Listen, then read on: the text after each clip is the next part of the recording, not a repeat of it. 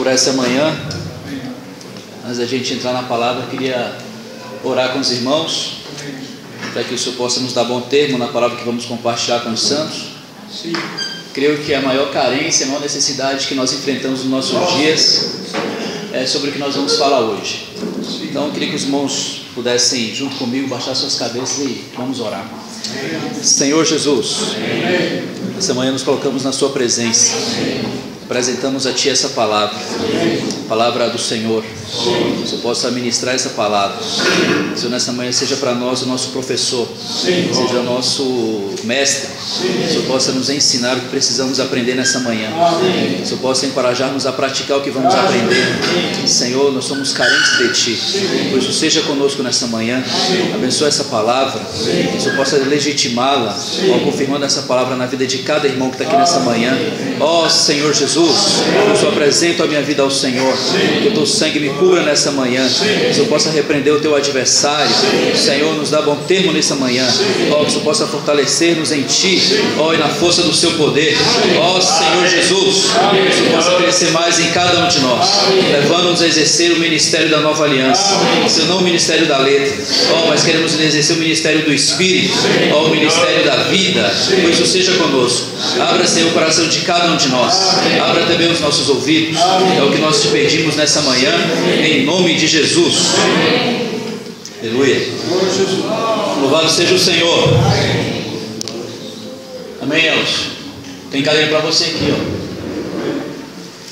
Irmãos, graças ao Senhor pela palavra de Deus, pela comunhão com os irmãos. Espero realmente que nessa manhã você possa abrir o seu coração para ouvir as palavras que nós vamos compartilhar nessa manhã. Ontem, na mensagem do irmão Natal, ele deu bastante ênfase na questão da palavra se multiplicando entre os cristãos, e essa palavra resultava em acréscimo de pessoas. Pessoas eram acrescentadas à medida que a palavra de Deus se multiplicava. E um dado interessante para nós nesses dias em que nós estamos vivendo, nesse final de era: nunca se produziu, nunca se escreveu tantos livros, nunca se produziu tantas Bíblias como na nossa geração, e nenhuma outra geração. Não há na história a produção abundante, assim? A produção abundante de conhecimento bíblico. Hoje a internet oferece diversos, ensina você o hebraico, ensina você o grego, ensina a homilética, a exegese, a hermenêutica, a apologética, ensina você a interpretação das escrituras, ensina muitas coisas acerca das escrituras. E eu me pergunto, uma vez que tem sido produzido tanto conhecimento bíblico, tanta instrução bíblica, e por que o povo de Deus, o povo escolhido, o povo separado de Deus, nessa geração é a mais pobre de todos os tempos, é a geração mais corrupta de todos os tempos? O que está acontecendo? O que está faltando, uma vez que nós temos, como nunca na história, a produção de tanto conhecimento literário bíblico? Livros, cânticos, livros e mais livros são produzidos nesse país. A cada 20 minutos, 5 livros são produzidos nesse país. E no entanto, nós somos a geração mais pobre de conteúdo bíblico. Se vocês observarem o início da igreja apostólica, a igreja histórica, em Atos dos Apóstolos, antes do surgimento da prática da vida da igreja, eles foram orientados por Jesus a fazerem algo. Jesus falou para eles: vocês, depois da sua ressurreição, vocês vão para a cidade de Jerusalém, e lá vocês vão esperar que o Pai, isso está em Lucas 24, que o Pai cumpra essa promessa. Então o desejo de Deus era que o seu Espírito fosse derramado sobre toda a carne. Essa era a vontade de Deus, que o seu Espírito fosse derramado em toda a carne, ou seja, em todos os homens, servos, servas, jovens, idosos, todos fossem alcançados pelo seu Espírito. E assim eles fizeram. Eles foram para a cidade de Jerusalém, um grupo de aproximadamente 120 pessoas, entre homens e mulheres. Os apóstolos também estavam lá, e lá eles deram início à igreja mais fenomenal, a igreja mais poderosa que já pisou nessa terra, que já existiu nessa terra.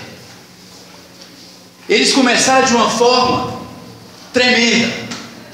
Eles começaram da maneira que hoje nos nossos dias tem sido negligenciado, inclusive por nós que estamos aqui nessa manhã. Sim. Eles passaram aproximadamente 10 dias se esvaziando através da oração. A oração nos nossos dias tem sido a prática mais negligenciada, a mais relegada a último plano dentro da vida cristã. E por isso que nós não entendemos, porque apesar de tanto conhecimento bíblico, porque apesar de tantos livros, tanto conhecimento literário de Deus, nós somos tão pobres, tão raquíticos, como disse o irmão Jacó. Por que isso está acontecendo? Uma vez que, se você for um crente fiel nas reuniões da igreja no Gama, se você vier sábado, só o sábado, você vai ter ouvido pelo menos 52 mensagens bíblicas, escriturísticas. Você vai ouvir pelo menos, por favor, quem tiver o celular ligado, bote no silenciador, bote no treme-treme, que se você tiver alguma urgência, você vai perceber e vai atendê-lo, para não interromper a nossa comunhão. Não vamos dar lugar ao diabo. Amém. Nós teríamos ouvido pelo menos 52 mensagens, e nós conhecemos muito do ministério da Nova Aliança, Débora e Dâmaris. Vamos prestar atenção. E eu sempre me pergunto: por que, Senhor? Por que não tem havido o avanço que nós vemos na sua palavra? O que está faltando no meio do seu povo nesses dias? Apesar de nós sabermos tanto da Escritura, apesar de ouvirmos tanto mensagens, conferências, vidas saudáveis, palestras, reuniões, nós sempre estamos envolvidos com a palavra. Sempre, não é, Mateus? Sexta-feira nós recebemos mais conhecimento, não foi? Para a família. Mas o que está acontecendo, meus irmãos? Qual tem sido a nossa grande deficiência? Que os resultados que nós buscamos não acontecem.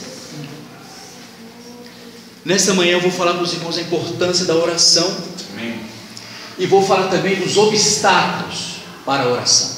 Então a reunião vai ser dividida dessa maneira. Amém. É didática, é fácil de entender. Como o Natal falou ontem, às vezes você ouve a mensagem ministerial, talvez você não entenda nada, mas hoje de manhã você vai sair aqui entendendo. Amém. Porque é simples. Nós vamos falar primeiramente da importância que tem a oração na vida cristã, e depois nós vamos ver o porquê, ou os obstáculos que impedem dos cristãos orarem. Essa é a parte que eu vou dedicar mais tempo, e aí nós vamos nos deleitar nessa parte. Então eu queria que você abrisse a sua Bíblia em Mateus capítulo 18, do versículo 15 até o versículo 20. Mateus capítulo 18, do versículo 15 ao versículo 20. Nessa manhã eu vou estar mais tranquilo para poder ministrar. Vou procurar seguir os pontos que o Senhor colocou no meu coração para poder compartilhar com os irmãos. porque hoje nós temos almoço. Amém. Então ninguém vai ficar angustiado na cadeira, apressado, pensando que precisa fazer comida, porque a comida já está sendo feita.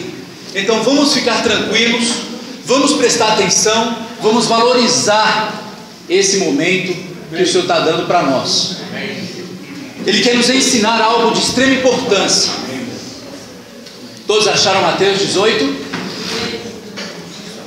Se teu irmão pecar contra ti, vai arguí-lo entre ti e ele só. Se ele te ouvir, ganhaste a teu irmão. Se porém não te ouvir, toma ainda contigo uma ou duas pessoas, para que pelo depoimento de 2 ou 3 testemunhas toda a palavra se estabeleça. 17. E se ele não os atender, dize-o à igreja. E se recusar a ouvir também a igreja, considera-o como gentil e publicano. A parte importante do versículo 18. Em verdade vos digo que tudo o que ligardes na terra terá sido ligado nos céus, e tudo o que desligardes na terra terá sido desligado nos céus. Em verdade também vos digo que se 2 dentre vós sobre a terra concordarem a respeito de qualquer coisa que porventura pedirem, ser-lhe-á concedida por meu Pai que está nos céus. Porque onde estiverem 2 ou 3 reunidos em meu nome, ali estou no meio deles. Ele usa o versículo 15 até o versículo 17 como um assunto particular de um irmão que peca contra o outro. Aqui ele está nos ensinando que a vida comunitária, a vida coletiva, ela gera conflitos. Ele está dizendo que quando você vive muito próximo, é fácil você ofender as pessoas ou você ser ofendido. Então você não vai escapar disso, mas cedo ou mais tarde você vai passar por ofensa. Alguém nesse salão vai ofender você. Alguém vai lhe ofender. Qual deve ser a atitude de você que foi ofendido? Procurar a pessoa que lhe ofendeu. Não é isso que ele está ensinando no texto? Procura a pessoa que lhe ofendeu. E ele diz assim: vai, se ele te ouvir, ganhaste a teu irmão, porque você se reconciliou. Amém.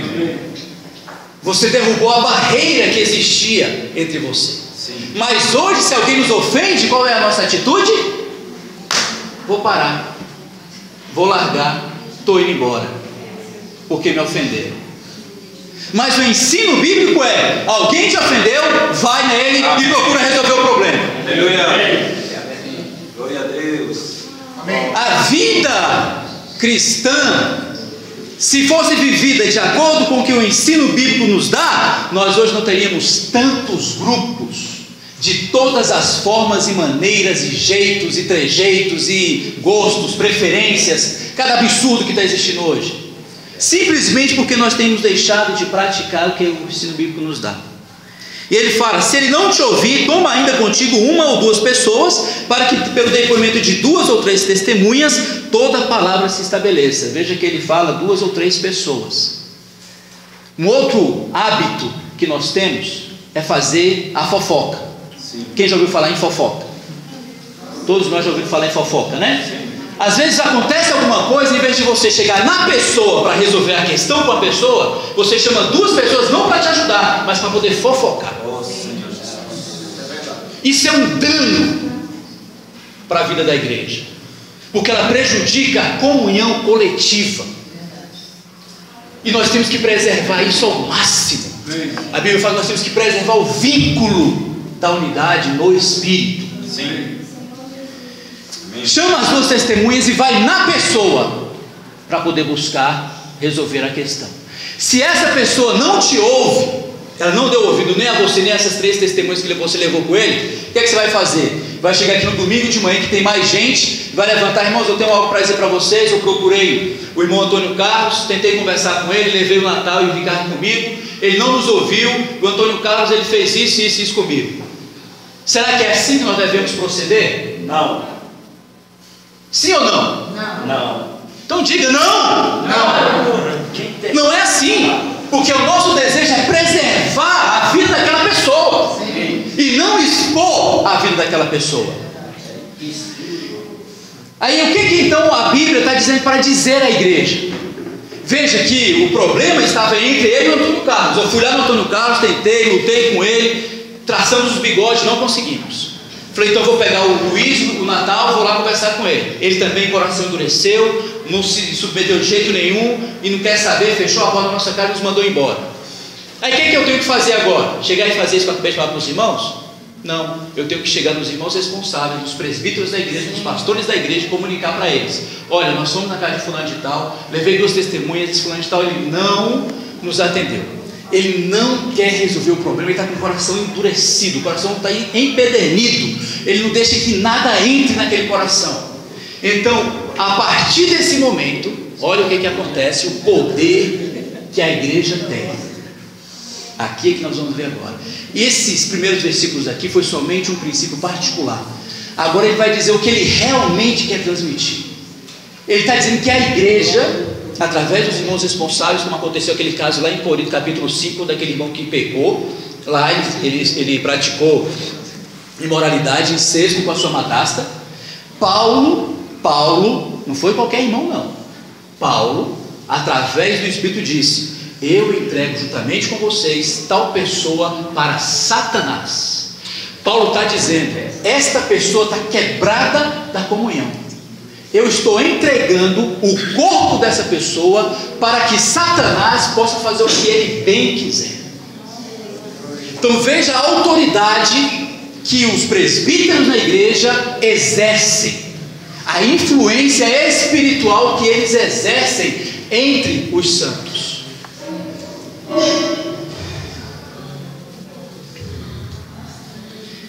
Diz a igreja: se não houver igreja, também consideram como gentil e publicano. Em outras palavras, consideram como uma pessoa comum, uma pessoa qualquer, uma pessoa sem importância, porque ele não aceitou a comunhão. Então esse, considerar como gentil e publicano, você acha que é maldade de Deus? Você acha que é maldade de Deus? Deus está sendo mal com essa pessoa?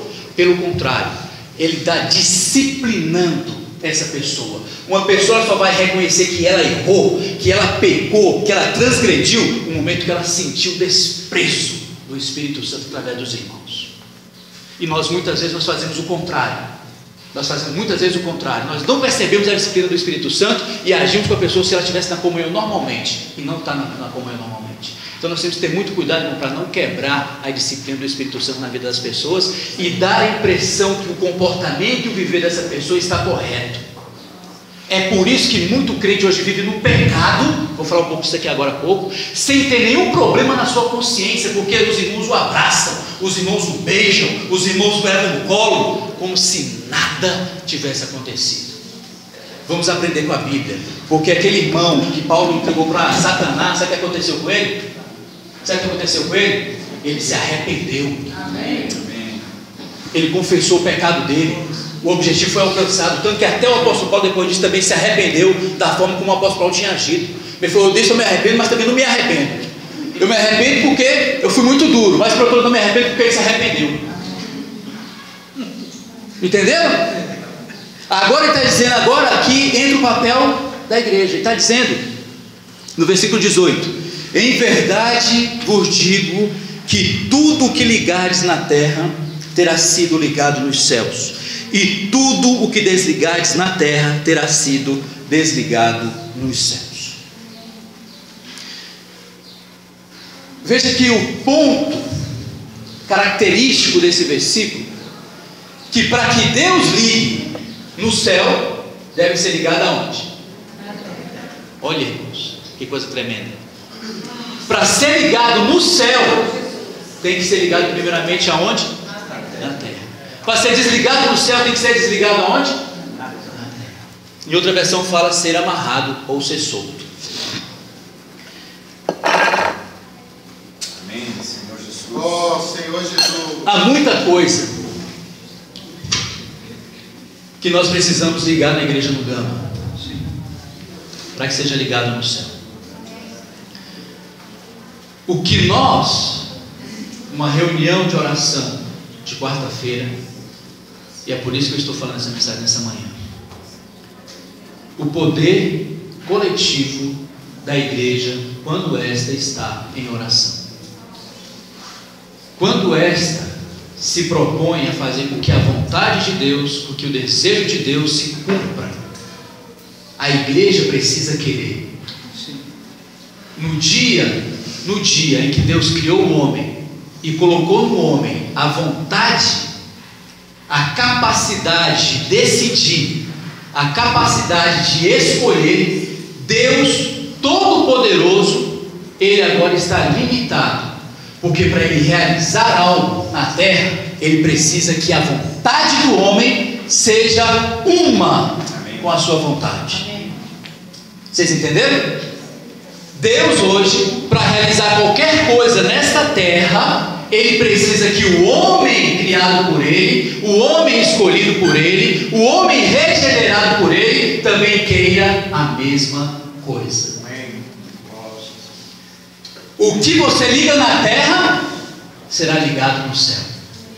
Vou dar um exemplo do Antigo Testamento em Êxodo, capítulo 17, para afirmar e confirmar isso que eu estou compartilhando com você. Êxodo 17, versículo 9 a 16. Não vou esperar para a gente poder ganhar tempo. Com isso ordenou Moisés a Josué: escolhe-nos homens e sai a peleja contra Amaleque. Amanhã estareis eu no cimo do outeiro, e o bordão de Deus estará na minha mão. O bordão de Deus aqui é a autoridade de Deus. Fez Josué como Moisés lhe dissera e pelejou contra Amaleque. Moisés, porém, Arão e Ur subiram ao cimo do outeiro. Quando Moisés levantava a mão, ou seja, quando ele estava intercedendo, quando ele estava orando, Israel prevalecia. Quando, porém, ele baixava as mãos, quem prevalecia? Amaleque.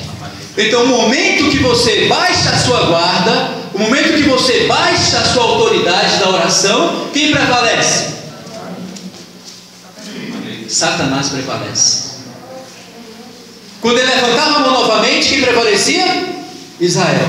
Quando ele baixava a mão, quem prevalecia? Amaleque. Você sabe por que nós temos tantas derrotas e fracassos na nossa vida cristã? Porque nós vivemos de mãos baixas. Olha para a sua experiência. Onde é que estão suas mãos agora? Estão baixas. Entende? Nós não estamos com o bordão de Deus nas nossas mãos. Moisés, aqui Deus, ele queria derrotar os amalequitas. Deus falou para Moisés: eu vou riscar o nome dos amalequitas da terra, eu vou exterminá-los, porque eles haviam se oposto contra o povo de Israel quando eles estavam saindo do Egito. Eles não ofereceram água para o povo do Egito, quando o povo de Israel saiu do Egito. Eles não ofereceram comida para eles. Então Deus falou: eu vou riscar de sobre a terra Amaleque. E daí virou uma peleja constante entre Israel e os amalequitas. Depois você pode ler também Deuteronômio 25, 17 a 19, e 1 Samuel 15, 2. A importância da oração coletiva. Você pode perceber que talvez na sua vida individual, eu acredito que alguns de nós oramos. Uns talvez 5 minutos, outros talvez 30 segundos, outros talvez só oram na reunião, que é trágico. É trágico. Isso vai expondo também a nossa condição espiritual. Sim. Se você quer saber a sua verdadeira saúde espiritual, sim, a prova vai ser a oração. A prova é a oração, porque a oração, ela testa a sua condição espiritual. Assim, quem está sentado, quem não faz atividade física, acha que está tudo bem. Sim. O dia que ele vai no cardiologista fazer o teste da esteira, aí ele vai caminhando em linha reta, né? Como é que chama? Reto, né? Na esteira, lisa, né? Planície. E ele vai aos poucos elevando a plataforma da esteira. Ele vai elevando. Daqui a pouco você vai começando a sentir já um pulsar do coração quase que querendo sair pela sua boca. Aí quando você chega no ponto lá e fala, para que eu vou morrer. Já aconteceu isso que eu estou falando. Eu achava que eu estava super bem. Eu falei, para. Então você vence o pente. Hã? Também você vence o pente. Quando está ele vence, quando está bem. Mas normalmente a gente manda ele parar, porque senão o seu coração vai sair pela boca. Sim.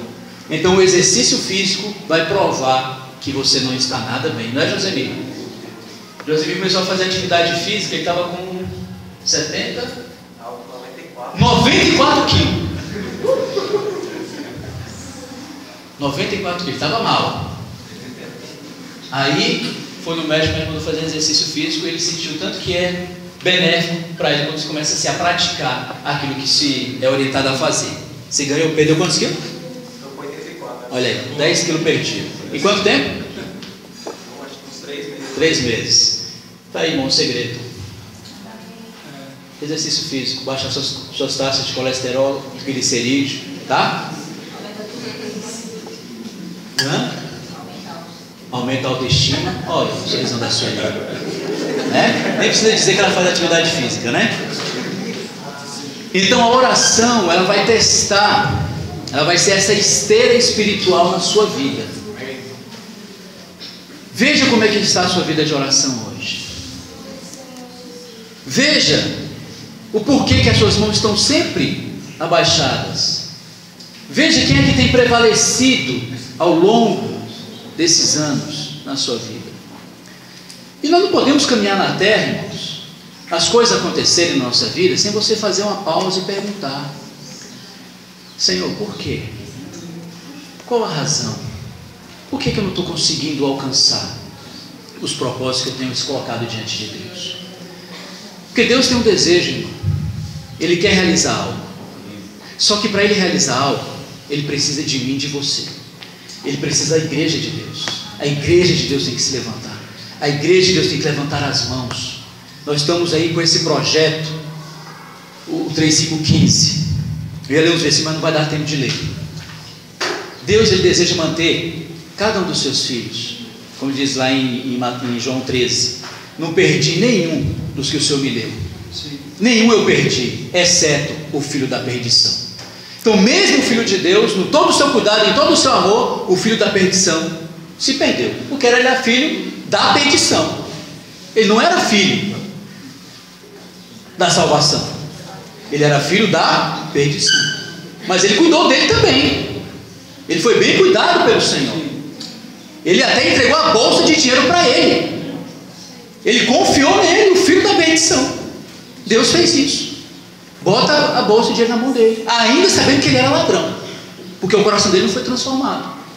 Ele ia em todas as reuniões, ele participava de todas as vidas saudáveis, participava de todas as conferências, mas o coração dele não estava ali.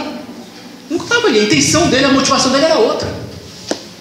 Então o filho da perdição vai se perder. Não podemos fazer nada quanto a isso. Agora, aqueles que Deus salvou, nós vamos salvar cada um. Amém. Nós vamos manter cada um. Mas para isso nós temos que fazer o quê? Nós temos que orar. Como é que nós vamos manter? Como é que nós vamos sustentar se a gente não ora? Dando carona? Dando xícara de chá? Dando cafezinho? Você acha que você mantém alguém assim na igreja? Não mantém não, filho. O maior engano que nós temos na nossa vida é esse. Achar que fazendo essas coisas físicas nós vamos manter alguém na igreja. É o maior engano que nós cometemos. As pessoas que nós mais ajudamos são as pessoas que mais falam mal da gente hoje. É verdade, meu irmão. Por quê? Porque nós não paramos por eles, santos. O coração nunca foi mudado. O coração nunca foi transformado. Deus quer mudar o coração do homem. Amém. Ele deseja isso. Vamos ler um outro texto. Em Jeremias. Jeremias 36. Está dentro dessa linha que nós estamos falando, da terra governando o céu. O que ligar na terra será ligado no céu. Quem crê nisso, diga amém. Amém. Os que disseram amém, eu espero quarta-feira na reunião de oração. Amém. Melhorou. Acho que vai ter uma reunião de oração cheia quarta-feira, viu, Natal? Amém. Vamos aumentar as cadeiras. Amém? Amém. Vamos aumentar as cadeiras. Ezequiel, perdão, irmãos, Ezequiel 36,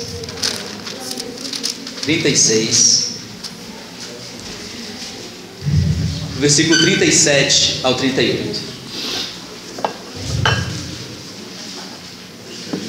Eu estou falando para os irmãos, mostrando para os irmãos que Deus ele quer realizar a vontade dele, mas para que isso seja feito, o homem na terra, usando a sua vontade, usando o seu livre arbítrio, ele escolhe servir ao Senhor.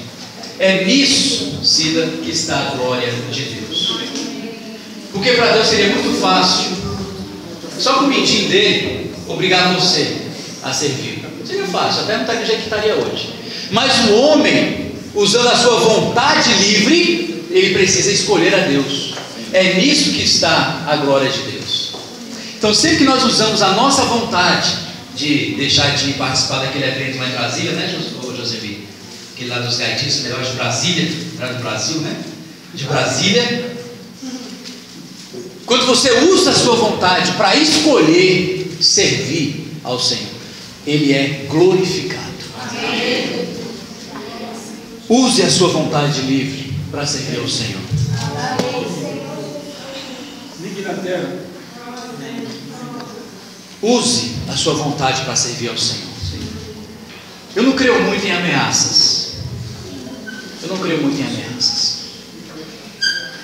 As pessoas tendem a fazer isso em respeito a Deus, quando eles querem que alguém sirva a Deus. E ao passo que no Novo Testamento, a exigência que o Senhor faz para aqueles que querem segui-lo, eles falam lá: se você não deixar pai, mãe, irmão, tio, sobrinho, tal, por amor de mim, não é por ameaça.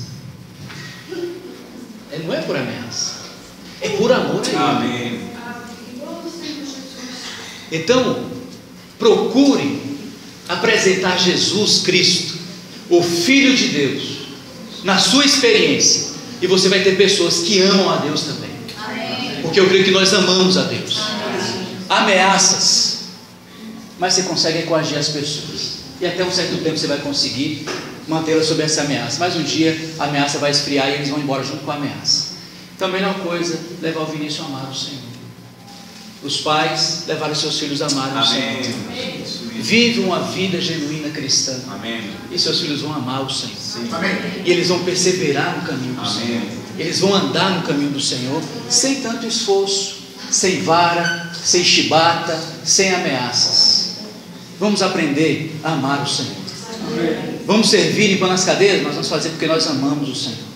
Vamos tocar na música, não é porque nós somos mestres ou porque somos músicos profissionais, é porque nós amamos o Senhor. Amém. Amém. Glória a Deus. Então, as nações, Ezequiel 36. Então as nações que tiverem restado ao redor de vós saberão que eu, o Senhor, reedifiquei as cidades destruídas e replantei o que estava abandonado. Eu, o Senhor, o disse e o farei. Preste bem atenção nisso aqui. Olha o 37. Assim diz o Senhor: ainda nisto permitirei que seja eu solicitado pela casa de Israel. Nisto o quê? No que ele havia falado. Ele falou que ia reedificar, iria replantar novamente a cidade de Jerusalém que estava destruída. Ele falou que ia fazer. Ele fala: e eu farei. Ele está dizendo: eu vou fazer. Mas para mim fazer, a casa de Israel, olha aí, você viu aí, ó. Olha só. Nós vamos ler isso. Nós vamos ler esse ponto aí de novo. Olha só. Olha só o que ele fala aqui, ó. Que lhe multipliquei, que eu lhe multiplique, eu os homens como um rebanho. Deus quer multiplicar ou não quer multiplicar? Você lembra ontem o irmão Natal falando? A palavra se multiplicava e havia o quê? Acréscimo de pessoas na igreja. Então não é esse o desejo de Deus? Sim. Nós não estamos sabendo que esse é o desejo de Deus? Então o que nós como igreja temos que fazer agora? Orar. Temos que solicitar a Deus para que Ele nos céus faça a vontade dEle aonde? Na terra. Então veja que quando nós estivermos aqui na quarta-feira orando por alguns pontos, nós vamos estar solicitando a Deus para que Ele faça o quê? A vontade dEle. E ele disse que não vai fazer, então ele vai fazer. É porque nós estamos mal acostumados com esse mundo tecnológico, com essas doutrinas que estão aí fora, que basta você levantar a mão, que está tudo certo, basta botar a mão no coração, tomar um copo com água, está tudo certo. Não acredite nisso. Deus ele só vai atender quando o povo dele clamar a ele. Leva tempo, meu irmão, leva tempo. Não se conquista nada dos céus, meu irmão, nada dos céus. Simplesmente uma oração de 5 segundos, uma oração individual na sua casa. Não consegue, meu santo. Creia no que eu estou dizendo a você. Se não crê em mim, creia na Bíblia. Amém. Como o rebanho de santos, o rebanho de Jerusalém nas suas festas fixas, assim as cidades desertas se encherão de rebanhos de homens. Amém. E saberão que eu sou o Senhor. Amém. Então Deus, qual era o propósito de Deus aqui? Ele queria aumentar, porque a cidade tinha sido destruída, o povo tinha sido dispersado, e ele queria voltar o quê? Reestruturar novamente a cidade de Jerusalém. Então ele diz: olha, para mim fazer isso aqui, eu preciso que vocês, israelitas, salvos, escolhidos, eu quero que vocês me solicitem, vocês queiram também a minha vontade seja feita na terra. Quem quer a vontade de Deus feita na terra? Amém. Amém. No Antigo Testamento, Deus usava homens poderosos. Usou Moisés, como nós vimos, para vencer grandes batalhas. Usou Davi para vencer grandes batalhas. Usou Elias para vencer grandes batalhas. Sempre pessoas individuais. Quando ele forma a nação de Israel, ele deixa de usar simplesmente indivíduo e passa a usar quem agora? A casa de Israel. Muito das coisas que existem hoje para a igreja fazer, não vai ser através do irmão Natal. Por mais que ele ore, caleje o joelho dele, sangre o joelho dele, muito do que a igreja tem que fazer, não vai fazer simplesmente por meio dele. É pela igreja. Por isso que ele falou em Mateus 16, Mateus 18: o que ligardes da terra será ligado nos céus, e o que a igreja desligar da terra será desligado nos céus. Quarta-feira, reunião de oração. O que é que você vai fazer 20 horas?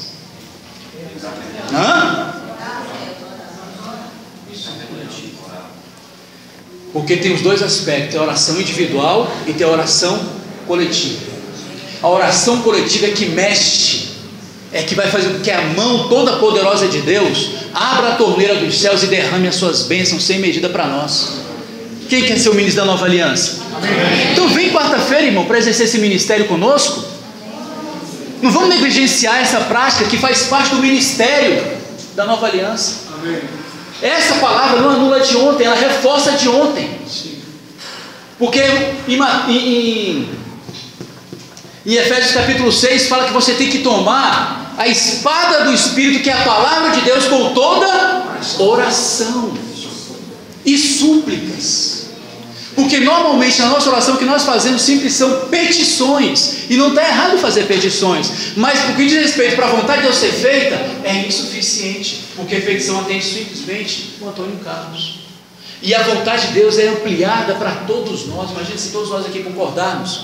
Ele falou 2 ou 3, vamos concordar com a mesma coisa. Se a gente quer que o Senhor multiplique qualquer coisa, ele fala que vai dar. Irmão, quem crê nisso? Amém. 2 só, se vocês concordarem em alguma coisa. Imagina um marido e uma mulher que ora e que concorda com a oração. Imagina o que é que esse casal vai fazer na quadra dele. Né, garoto? Imagina 2 irmãos. Imagina uma igreja inteira, Valdemir, sobre essa primeira parte da importância da oração.